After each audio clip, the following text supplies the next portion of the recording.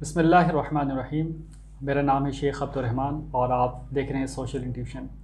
آج جو ہمارا ٹاپک ہے، ہمارا موضوع ہے، وہ ہے ٹرینٹی آف نالج کے حوالے سے۔ ٹاپک کی طرف ہم چلتے ہیں۔ پہلے میں آپ کی ملاقات کرواتا ہوں ہمارے گیسٹ، ہمارے مہمان، ہمارے دوست محمد انس صدیقی صاحب سے۔ السلام علیکم، کیسے ہیں آپ؟ وعلیکم السلام شیخ صاحب، آپ خیریت سے ہیں؟ الحمدللہ میں ٹھیک ہوں۔ تو جس طرح آج ہم گفتگو کرنے والے ہیں جس موضوع کے حوالے سے، ٹرینٹی آف نالج کے حوالے سے، تو ٹرینٹی تو لفظ ہم نے سنا ہوا ہے، لیکن ٹرینٹی آف نالج، یہ اس کے ساتھ جو نالج ایڈ ہو گیا، اور ہمارا ٹاپک بھی یہی ہے۔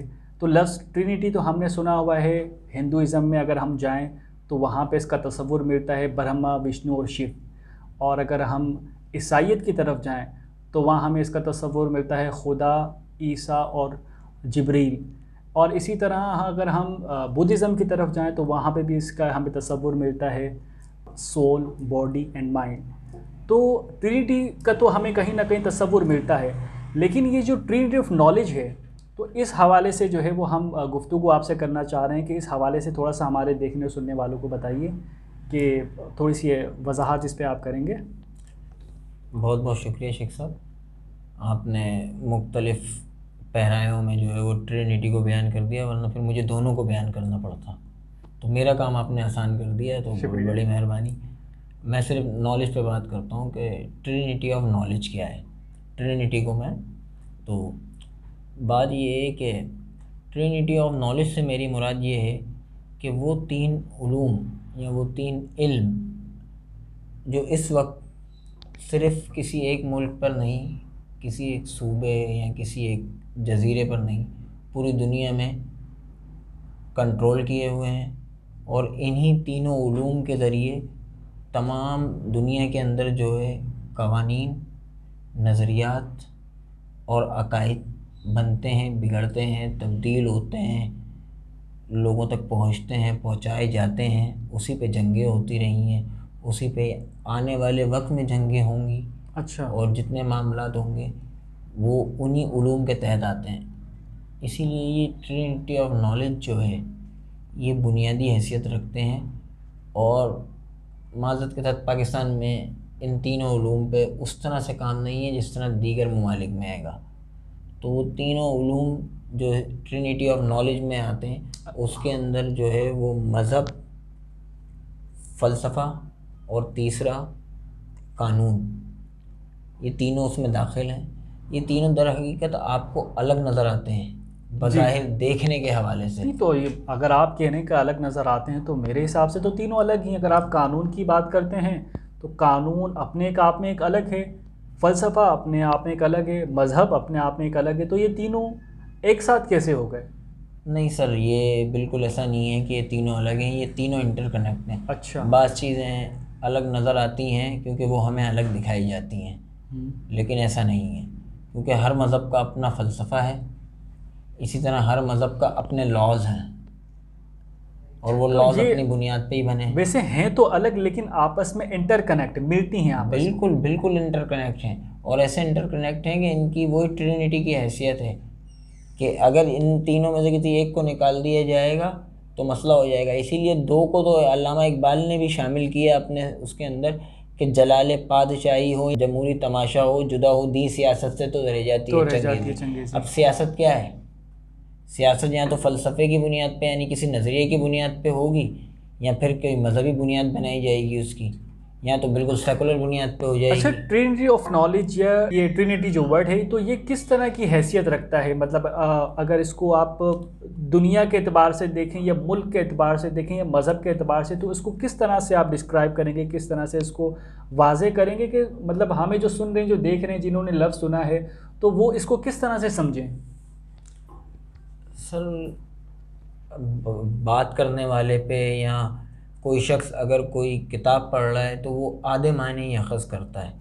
تو اگر ہم کچھ بھی اس حوالے سے اگر جو ہم پیچھے بیان کر کے آئے ہیں وہ ہم نے لفظ ٹرینٹی کی ہی تفصیل پہ بات کی ہے۔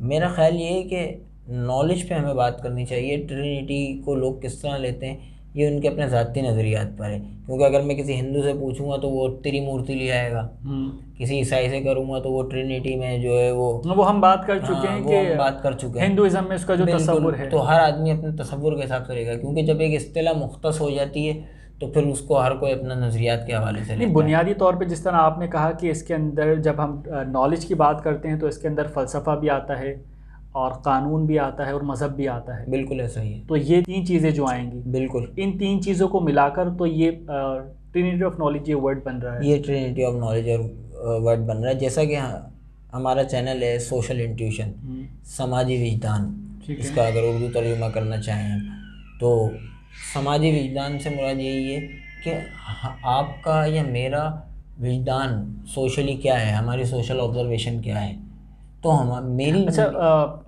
وجدان تھوڑا سا ایک شاید میرے خیال سے ایک بھاری لفظ ہوگا ہمارے دیکھنے سننے والوں کے لیے، اور انٹیوشن بھی، تو تھوڑا سا اگر آپ اس کی بھی وضاحت کر دیں تاکہ جو ہمیں دیکھ رہے ہیں ان کے لیے تھوڑی آسانی ہو جائے۔ میں بالکل اس کی وضاحت کر دیتا ہوں کہ ایک تھنکر ہے سر، اسپائنوزا نام ہے اس کا، اس نے کہا ہے کہ علم جو ہے نا اس کی 3 کیفیتیں ہیں، 3 لیولز ہیں، 3 درجات ہیں اس کے۔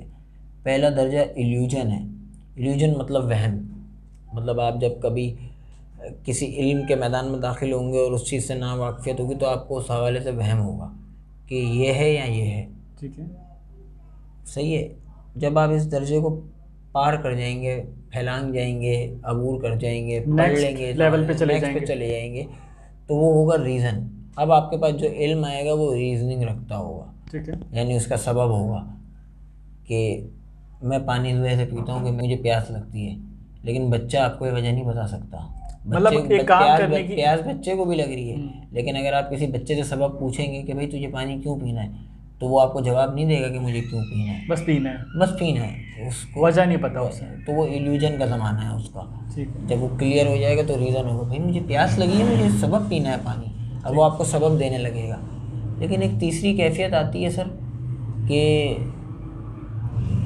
علم جو ہے وہ وجدان کے عالم پہ پہنچ جاتا ہے۔ وجدان سے مراد کہ ہم جو معاشرے میں دیکھتے ہیں، جو سنتے ہیں، جو کرتے ہیں، جو پڑھتے ہیں، جن لوگوں میں اٹھتے بیٹھتے ہیں، فیملی، خاندان، نظریات، سب مل کے ایک انسان کے اندر ایک عجیب سا لاوا بنا دیتے ہیں، لاوا کہہ لیں اس کو، یا ایک آگ کہہ لیں، شعلہ کہہ لیں، اگنائٹ کہہ لیں، کوئی بھی لفظ آپ اس کا استعمال کر سکتے ہیں اس کے لیے، جو بھی انسان کو مناسب لگے، وہ نکلتا ہے اور انسان اپنا ایک اینالائز بناتا ہے۔